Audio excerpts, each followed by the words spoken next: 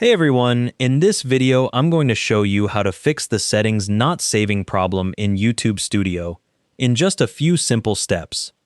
Click Settings in the left sidebar to open the Settings dialog. Click Channel in the Settings sidebar and the Channel Settings panel loads on the right. Click the Advanced Settings tab to switch to that section. Select the No. Set this channel as Not Made for Kids radio button to change that setting. Click the Save button at the bottom of the panel. In this case, you'll need to click it multiple times if it doesn't respond the first time. The Settings dialog closes and you're back to the dashboard view. After a few seconds, a Settings Saved Toast notification appears at the bottom of the screen confirming your change went through.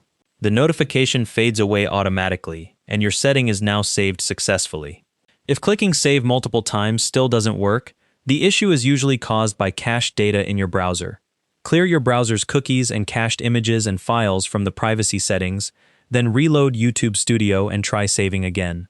You can also try opening YouTube Studio in an incognito window to bypass the cache entirely.